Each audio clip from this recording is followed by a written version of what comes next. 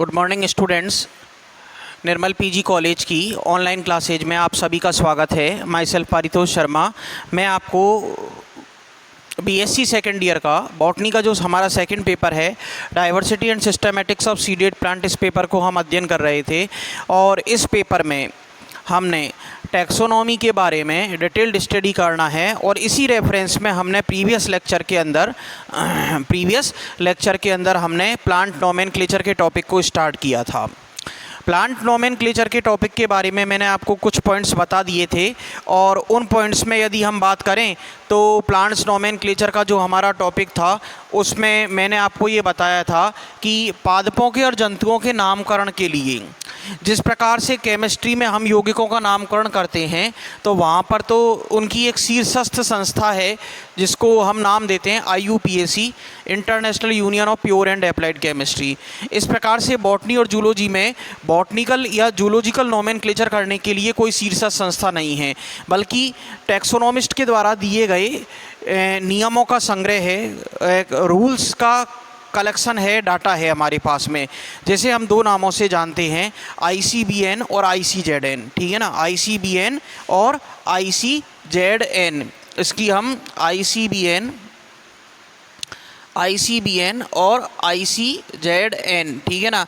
ICBN का full form होता है international code of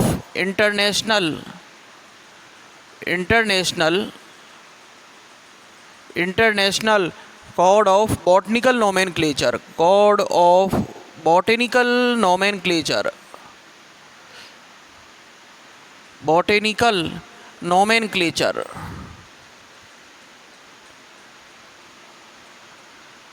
international code of botanical nomenclature. और इसी प्रकार से ICZN की फुल फॉर्म होती है international code of zoological nomenclature. Zoological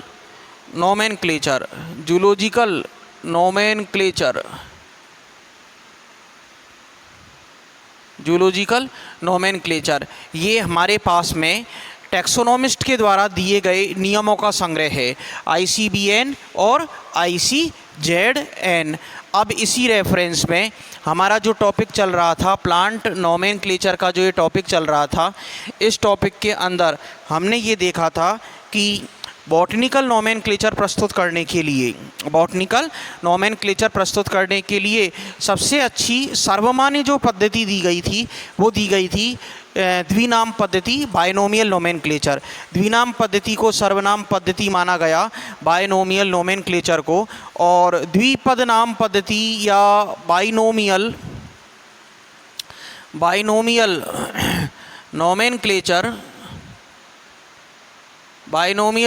nomenclature की यदि हम बात करें तो यह पद्धति सबसे पहले एक वैज्ञानिक था गॉस्पर्ड बोहिन के द्वारा अपनी पुस्तक पिनाक्स के अंदर प्रस्तुत की गई थी। प्रस्तुत किया गया, लेकिन उसके बाद गॉस्पर्ड बोहिन ने इस पर ज़्यादा काम नहीं किया, लेकिन इसको जनसाधारण तक पहुंचाने का काम और वैज्ञानिक आधार प्रदान करने का काम कैरोलस लीनियस के द्वारा किया गया। बायनोमियल नोमेनक्लेचर को वैज्ञानिक आधार प्रदान करने का काम और इसको वैज्ञानिक आधार, साइंटिफिक बेस प्रदान करते हुए जनसाधारण तक पहुंचाने का काम कैरोलस लीनियस के द्वारा किया गया। ठीक, कैरोलस लीनियस के द्वारा किया गया। इसीलिए कैरोलस लीनियस ने इसी संदर्भ में दो पुस्तकें लिखी, स्पेसीज प्लांटेरम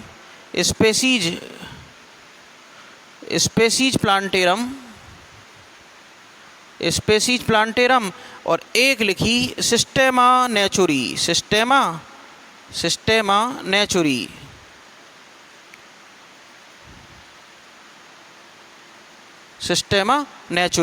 स्पेसीज प्लांटेरम और सिस्टेमा नेचुरी जो ये पुस्तकें लिखी गई, इन पुस्तकों की यदि हम बात करें तो स्पेसीज प्लांटेरम में प्लांट्स के बॉटनिकल नेम दिए गए, प्लांट्स के बॉटनिकल नेम दिए गए और इस सिस्टेमा नेचुरी के अंदर एनिमल्स के जूलॉजिकल नेम दिए गए सिस्टेमा नेचुरी के 10वें संस्करण में। ठीक, अब जब इतना काम कैरोलस लीनियस के द्वारा किया गया, यानी कि उस समय तक जितने भी पादप ज्ञात थे उनके बॉटनिकल नेम और जंतुओं के वैज्ञानिक नाम जूलॉजिकल नेम प्रस्तुत किए गए, तो इस काम के किए जाने के कारण कैरोलस लीनियस को फादर ऑफ टैक्सोनॉमी कहा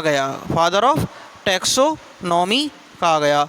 अब हमारे सामने ये बात क्लियर करना ज़रूरी हो जाता है कि ICBN के अंतर्गत जितने भी नियम दिए गए प्लांट टैक्सोनॉमी से रिलेटेड, वो नियम कौन कौन से थे। तो यहाँ पर हम ICBN के अंतर्गत दिए गए नियमों के संग्रह के बारे में पढ़ेंगे। अब हम देखते हैं कि जिस प्रकार से केमिस्ट्री के अंदर एक शीर्षस्थ संस्था थी, ठीक, केमिस्ट्री के अंदर एक शीर्षस्थ संस्था थी, तो इसी प्रकार से हमारे यहाँ पर क्या है, बॉटनी और जूलॉजी में नियमों का संग्रह है और उन्हीं नियमों के संग्रह को अब हम पढ़ेंगे, जिन्हें मुख्य रूप से 13 नियमों में दिया गया है, लेकिन इन्हें हम नटशेल में पढ़ेंगे। सबसे पहले तो ये आता है भैया कि ICBN international code of botanical nomenclature, पादप नामकरण से संबंधित जो अंतर्राष्ट्रीय नियम थे, उन नियमों की यदि हम बात करें तो टैक्सोनॉमिस्ट के विचार विमर्श के फलस्वरूप बने हैं। अंतर्राष्ट्रीय स्तर पर नामकरण व वर्गीकरण से संबंधित स्वीकृत नियमों का प्रकाशन ICBN के अंतर्गत प्रति 5 वर्ष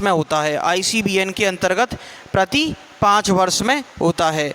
अब हम सबसे पहले क्लासिफिकेशन के लिए दी गई कुछ इकाइयों के बारे में पढ़ते हैं। ओके, क्लासिफिकेशन के लिए दी गई कुछ इकाइयों के बारे में पढ़ते हैं और उन इकाइयों की यदि हम बात करें तो उन इकाइयों में वर्गीकरण की सबसे पहला पॉइंट आता है यूनिट्स ऑफ क्लासिफिकेशन। यानी हमने जो प्रीवियस लेक्चर्स में जो हायरार्चिकल ऑर्डर्स पढ़े थे उनको एक बार दोबारा पढ़ना है। ठीक, units of classification. Units of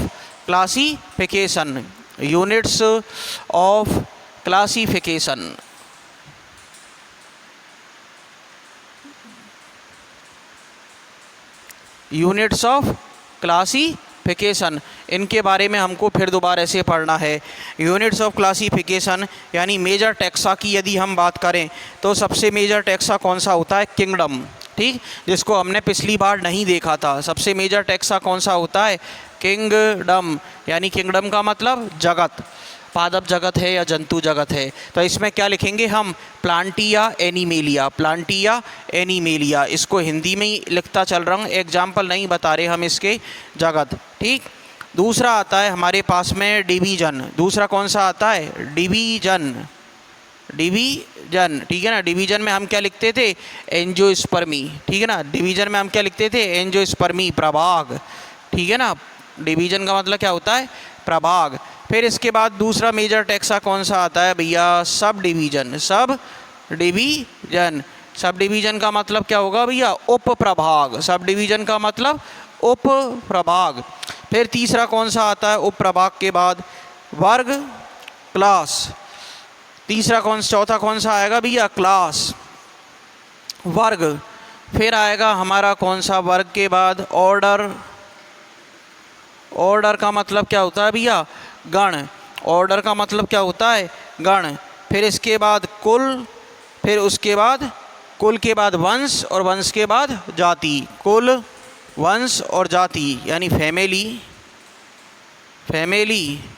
genus और स्पेसीज। फैमिली का मतलब कुल, जीनस का मतलब वंश और स्पेसीज का मतलब जाति। स्पेसीज का मतलब क्या होगा भैया, जाति। तो इस प्रकार से हमारे सामने ये जाति, ठीक है ना, इस प्रकार से हमारे सामने ये टोटल ये यूनिट्स ऑफ क्लासिफिकेशन निकल करके आई। अब इनमें माइनर टेक्साज भी हो सकते हैं, जैसे जीनस है, ठीक है ना, सब जीनस है, स्पेसीज है, सब स्पेसीज है, वैराइटीज़ है, ठीक है ना। तो ये सब डिवीज़न जो सब कैटेगरीज हैं इनका अध्ययन करना ज़रूरी नहीं होता है। फिर आगे देखते हैं हम कि कुछ टैक्सा ऐसे होते हैं जिनके को पहचानने के लिए हमारे पास में कुछ सफिक्स होते हैं और उन सफिक्स के आधार पर उनको हम पहचान सकते हैं, उन सफिक्स के आधार पर हम उनको पहचान सकते हैं। जैसे यदि कभी हम क्लास लिख रहे हैं, क्लास यानी कहने का मतलब वर्ग लिख रहे हैं, तो वर्ग लिखते समय हर हमेशा हमको जो सफिक्स मिलेगा वो कौन सा मिलेगा, ई ए ई, यानी क्लास के बाद क्या लिखा मिलेगा, ई ए ई, ठीक है ना। यदि हम गण लिख रहे हैं, ठीक, ऑर्डर गण लिख रहे हैं, तो गण के पीछे की तरफ इंग्लिश टर्म में क्या मिलेगा, एल्स, जैसे पैसीफ्लोरेल्स, मालवेल्स, रोजेल्स, ठीक है ना, एल्स मिलेगा, A L E S, A L E S. और हिंदी में इसको क्या लिखते हैं, एलीज, हिंदी में क्या लिखते हैं भैया, एलीज, है ना, पैसीफ्लोरेलीज, मालवेलीज, ठीक है ना। फिर आगे देखते हैं भैया सब ऑर्डर, ठीक है ना, आगे कौन सा आएगा भैया, सब ऑर्डर उपगण, इसमें लिखते हैं एनी, सब ऑर्डर, सब ऑर्डर, और उप हिंदी में क्या कहते हैं इसको, उपगण, इसमें क्या लिखेंगे हम सफिक्स के तौर पर, सफिक्स के तौर पर इसमें लिखेंगे इनी, I N E A E, I N E A ई, और इसको हम कहते हैं एनी, इसको हम क्या कहते हैं हिंदी में, एनी, ठीक है ना। फिर इसके बाद आता है हमारे पास में फैमिली, इसके बाद अगला हायरार्चिकल ऑर्डर कौन सा आएगा हमारे पास में, फैमिली, फैमिली को क्या कहते हैं, कुल, फैमिली को क्या कहते हैं भैया, कुल। अब कुल की टर्मोलॉजी जो होगी, उसकी कुल की जो टर्मोलॉजी होगी उसमें लास्ट में हमको सफिक्स देखने को मिलेगा ई ए सी, जैसे क्रूसीफेरेसी, मालवेसी, सोलेनेसी, कंपोजिटी, मैनिंगे, एस्टरेसी, है ना। तो इसमें ई ए सी मिलेगा, ए सी ई A E, A C E A ई, ए सी, ठीक है ना, इसको हिंदी में क्या बोलेंगे, ए सी, ठीक है ना। सब फैमिली के अंदर मिलेगा हमको ओ ए डी, सब फैमिली, सब फैमिली, सब फैमिली, उपकुल, सब फैमिली को हिंदी में क्या कहेंगे, उपकुल। इसमें हमको क्या मिलेगा भैया, इसमें मिलेगा हमको सब फैमिली में O A D, O I D, O I D, O I D, E A E, E A E, इसको हम हिंदी में क्या कहेंगे, ओ ए डी, ठीक है ना, हिंदी में क्या कहेंगे, ओ ए डी, ठीक है ना। ओ ए डी यदि सफिक्स मिलता है, ओ ए डी यदि हमको सफिक्स मिलता है, तो इस आधार पर, इन सफिक्सेस के बेसिस पर हम इनकी टर्मोलॉजी को पहचानेंगे, ठीक है ना, ओ ए डी, ठीक है ना। ट्राइब के अंदर ट्राइब और सब ट्राइब भी होते हैं, लेकिन इनको देखना ज़रूरी नहीं है। अब हम देखते हैं भैया कि हमारे पास में ये जो ICBN के द्वारा अंतर्गत दिए गए नामकरण के जो नियम थे, द्विपद नाम पद्धति में पहला नियम आता है हमारा, कि पहला नियम तो हमारा ये होगा कि जो द्विपद नाम पद्धति के अंतर्गत दिया गया जो नामकरण होगा, उसमें नाम के अंदर पहली टर्म वंश की और दूसरी टर्म किसकी होगी, जाति की होगी, ठीक है ना, वंश जीनस की, और उसको हम नाम देंगे भैया जेनेरिक नेम, जेनेरिक नेम, और दूसरी टर्म जो जाति की होगी उसको हम कहेंगे specific name, specific name, okay. अब हम यहाँ तक हमने ये देखा कि वंश और जाति का नाम इस प्रकार से लिखा जाएगा। फिर हमारे पास दूसरा नियम आता है कि वंश और जाति का नाम जब लिखा जाए तो वंश का पहला अक्षर कैपिटल से और जाति का पहला अक्षर स्मॉल लेटर से लिखा जाता है। जैसे हम आम का बॉटनिकल नेम लिखें मैंजीफेरा इंडिका, तो मैंजीफेरा इंडिका जब लिखेंगे तो मैंजीफेरा का एम कैपिटल, मैंजीफेरा, तो मैंजीफेरा का एम कैपिटल और इंडिका का इंडिका का आई स्मॉल में लिखेंगे, ठीक है ना। वंश और जाति के दोनों नाम लिखे जाने के बाद, तीसरा नियम ये आता है, वंश और जाति के दोनों नाम लिखे जाने के बाद इनको, वंश और जाति के दोनों नाम लिखे जाने के बाद इनको अलग अलग अंडरलाइन किया जाएगा, अलग अलग अंडरलाइन किया जाएगा, यानी विदाउट अंडरलाइन किए हुए हम इनको नहीं लिखेंगे। फिर चौथा नियम आता है कि वंश और जाति का नामकरण करते समय, ठीक है ना, इनको नाम ना तो ज़्यादा छोटे हों ना ज़्यादा बड़े हों, यानी कि जो वंश और जाति के नामकरण में सम्मिलित सिलेबल्स हैं वो 3 से 12 के बीच में ही होने चाहिए, 3 से 12 लेटर से अधिक नहीं होने चाहिए। इसका अपवाद भी होता है, जैसे रिक्सिया पठान कोटेंसिस, तो वो अपवाद को ध्यान में मत रखो, लेकिन ज़्यादा सिलेबल्स वाला या बहुत छोटे सिलेबल्स वाला नहीं होना चाहिए। अगला जो हमारा महत्वपूर्ण नियम आता है वो ये आता है कि बॉटनी के अंदर बॉटनिकल नेम प्रस्तुत करते समय, बॉटनी के अंदर बॉटनिकल नेम प्रस्तुत करते समय वंश और जाति का नाम हर हमेशा अलग अलग होगा, यानी कि ये एक दूसरे के सिनोनिम्स या टोटोनिम्स नहीं हो सकते हैं, पुनर्नाम नहीं हो सकते हैं, ठीक है ना। वंश और जाति के नाम लिखते समय ये एक दूसरे के पुनर्नाम नहीं होंगे, पुनर्नाम नहीं होंगे, पुनर्नाम मान्य नहीं होंगे। जूलॉजिकल नेम लिखते समय हम पुनर्नाम लिख देते हैं, जैसे नाजा नाजा है, गजेला गजेला है और रेटस रेटस है, ठीक है ना।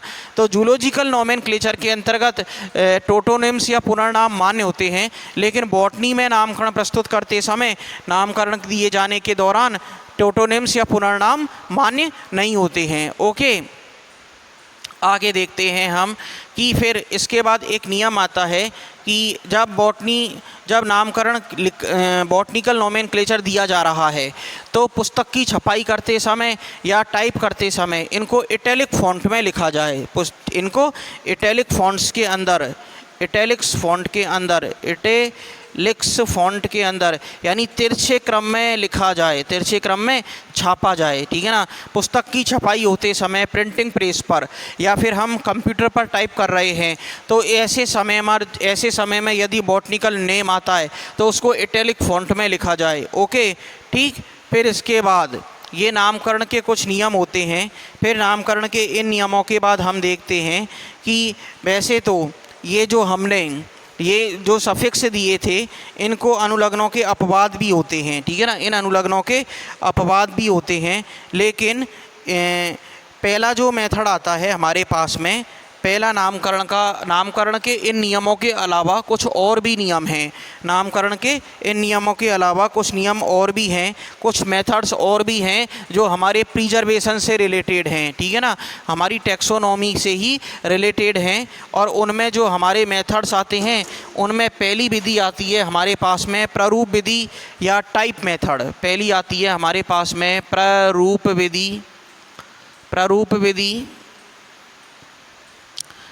विधि या इसको हिंदी में कहते हैं द टाइप मेथड, ठीक है ना, द टाइप मेथड। अब हम इसकी बात करें टाइप मेथड की, ठीक है ना। किसी भी लेखक के द्वारा प्रामाणिक रूप से किसी पादप विशेष के लिए प्रयुक्त पादप संग्रहालय सीट हर्बेरियम सीट होती है, जिसे मूल रूप से प्रथम बार प्रयुक्त किया गया हो, प्रथम बार प्रयुक्त किया गया हो, क्या कहलाती है? प्रारूप या टाइप कहलाती है। जिस प्रकार से हम स्पेसीमेन शब्द काम में लेते हैं प्रतिदर्श बायोलॉजी की लैब में, ठीक है ना, प्रतिदर्श या स्पेसीमेन काम में लेते हैं, यानी कि स्पेसीमेन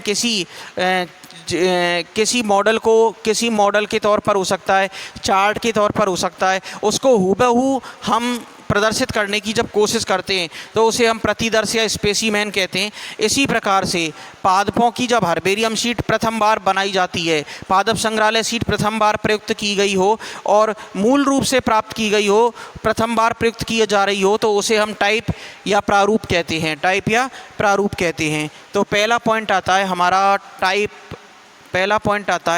या प्रारूप क्या होता है, ठीक है ना। टाइप या प्रारूप की बात करें तो किसी भी लेखक के द्वारा प्रामाणिक रूप से किसी विशेष पादप के लिए प्रयुक्त वह पादप संग्रहालय सीट जिसे मूल रूप से पहली बार प्रयोग में लिया जाता है, प्रारूप कहलाता है। मूल रूप से पहली बार प्रयोग में लिया जाता है, प्रारूप कहलाता है। लेकिन ऐसा होता रहा कि टैक्सोनॉमिस्ट और टैक्सोनॉमिस्ट दो या दो से अधिक वंशों को पृथक करते रहे हैं। टैक्सोनॉमिस्ट दो या दो से अधिक वंशों को पृथक करते रहे। ऐसे समय में ये कठिनाई आई कि नए वंश को वास्तव में मूल रूप से प्रयुक्त हो रहे नाम से जाना जाए। इस कठिनाई से बचने के लिए प्रामाणिक विधि या स्टैंडर्ड विधि का प्रस्ताव दिया गया और इसके अनुसार ही वंश का नाम प्रामाणिक जातियों के मान्य हो जाने पर ही निर्धारित किए जाते हैं, ठीक है ना। किंतु 1950 की स्टॉकहोम कांग्रेस के अकॉर्डिंग इस पर विस्तृत विचार विमर्श के बाद निम्न प्रकार के प्रारूपों को भी मान्यता दी गई। यानी एक हमारा जो हर्बेरियम शीट का एक टाइप होता है, जो कौन सा होता है, टाइप, यानी ये हमारे क्या चल रहे हैं, ये types of herbarium sheet, types of herbarium sheet, types of herbarium sheet, types of herbarium sheet. Herbarium sheet के बारे में मैंने पहले भी बता दिया आपको कि भैया 11.5 इंटू 16.5, ठीक, सेंटीमीटर की, इंच की, 11.5 बाई 16.5 इंच की एक ये शीट होती है, इस प्रकार की कागज़ की बनी हुई, जिसके ऊपर पादप के कायिक भागों को जैसे पत्ती है, ठीक है ना, इसके अलावा पुष्पीय भाग हैं, ठीक है ना, जिनको हम इजीली इस पर चिपका सकते हैं। यदि बहुत ज़्यादा उसका तना पतला है तो उसकी टीएस काट करके सुखा करके उसको हम लगाते हैं। प्लांट प्रेस के माध्यम से इनको सुखा करके ब्लॉटिंग पेपर में रखकर प्लांट प्रेस की सहायता से सुखा करके इनको इसके ऊपर चिपकाया जाता है, ठीक। चिपकाने के बाद इसको अच्छी तरीके से वैसलीन की कोटिंग करके लेमिनेटेड कर देते हैं और लोअर राइट हैंडेड कॉर्नर में हम यहाँ पर संकलनकर्ता स्थल का नाम, जहाँ से उस पादप को इकट्ठा किया, ठीक। फिर इसके अलावा जहाँ से ये इकट्ठा किया गया उसके इकट्ठा करने के अलावा उसका सामान्य नाम, बॉटनिकल नेम और फैमिली का नाम, इन सब बातों को डिक्टेट करते हुए पादपों के विभिन्न भागों को चिपकाकर लेमिनेटेड फाइल में रख देते हैं। और फिर ये कहलाती है हमारी हर्बेरियम शीट या पादप संग्रहालय। इस प्रकार से पादपों को सुरक्षित रखने का प्रयास किया जा रहा है, ठीक। तो ये हर्बेरियम शीट 1950 की स्टॉकहोम जो कांग्रेस हुई उसमें सबसे पहली जो प्रस्तावित की गई थी वो थी प्रारूप, ठीक है ना। प्रारूप का मतलब होता है कि किसी भी लेखक के द्वारा प्रामाणिक रूप से किसी पादप विशेष के लिए प्रथम बार प्रयुक्त पादप संग्रहालय शीट होती है, जिसे मूल रूप से प्रथम बार प्रयुक्त किया गया हो, जिसे मूल रूप से पहली बार काम में लिया गया हो, क्या कहलाती है, प्रारूप। अब इसके अलावा और भी हर्बेरियम शीट के प्रकार दिए गए और वो दूसरा आता है हॉलोटाइप। दूसरी कौन सी आती है, दूसरी स्टॉकहोम कांग्रेस के अकॉर्डिंग जो दी गई थी वो थी हॉलोटाइप। अब ये टाइप तो देखो, टाइप तो ओरिजिनल टाइप है, ये तो ओरिजिनल टाइप है, इसीलिए हम इसको 1 नंबर देंगे। फिर इसके बाद जो पहला प्रकार आता है वो कौन सा आता है, हॉलोटाइप, यानी लेखक के द्वारा नामकरण प्रारूप के लिए प्रयुक्त किया गया प्रतिरूप या कोई अन्य सामग्री हॉलोटाइप कहलाती है। राइटर के द्वारा नामकरण प्रारूप नोमेनक्लेचर टाइप के लिए प्रयुक्त किया गया प्रतिरूप या स्पेसीमेन या अन्य कोई सामग्री हॉलोटाइप कहलाती है। यानी हॉलोटाइप किसको कहेंगे कि राइटर के द्वारा, ठीक है ना, बॉटनी के किसी लेखक के द्वारा नामकरण प्रारूप, है ना, नोमेनक्लेचर टाइप के लिए प्रयुक्त किया गया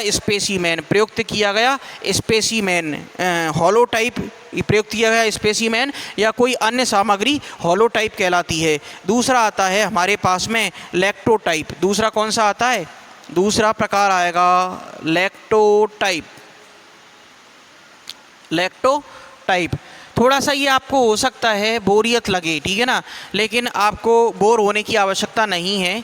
ये टैक्सोनॉमी के अंदर जितनी ज़्यादा आप डिटेल में जाओगे तो उससे आपके कंसेप्ट उतने ही ज़्यादा क्लियर होते जाएंगे। और अभी जब फैमिली जाने लगेंगी तो उसमें वही सारी चीज़ें ऑटोमेटिकली एक फैमिली में जिस प्रकार से रिपीट होंगी, यानी एक फैमिली के अंदर हम पहले सबसे पहले उसका बेंथम एंड हुकर के क्लासिफिकेशन के अकॉर्डिंग क्लासिफिकेशन लिखेंगे, फिर उसके हम vegetative character habit and habitat है, फिर उसके बाद नेचर है, फिर उसके बाद नेचर के बाद में हम उसके वेजिटेटिव कैरेक्टर्स जड़ तना पत्ती के बारे में लिखेंगे, फिर लैंगिक लक्षण लिखेंगे। तो इस प्रकार से ये क्रम चलता रहेगा, इस प्रकार से ये क्रम चलता रहेगा और ये हर फैमिली में एज इट इज़ रिपीट होगा। तो ये थोड़ा बोरियत भरा तो होगा, लेकिन आपको बोर होने की आवश्यकता नहीं है और ये हमारे कंसेप्ट धीरे धीरे इससे क्लियर होते जाएंगे। अगला टाइप आता है लैक्टोटाइप। जब हॉलोटाइप खो गया हो या प्रकाशन के समय लेखक के द्वारा निर्दिष्ट नहीं किया गया हो, जब हॉलोटाइप खो जाए या प्रकाशन के समय लेखक के द्वारा उसको निर्दिष्ट नहीं किया गया हो, तो मौलिक सामग्री से चयनित ऐसा प्रतिरूप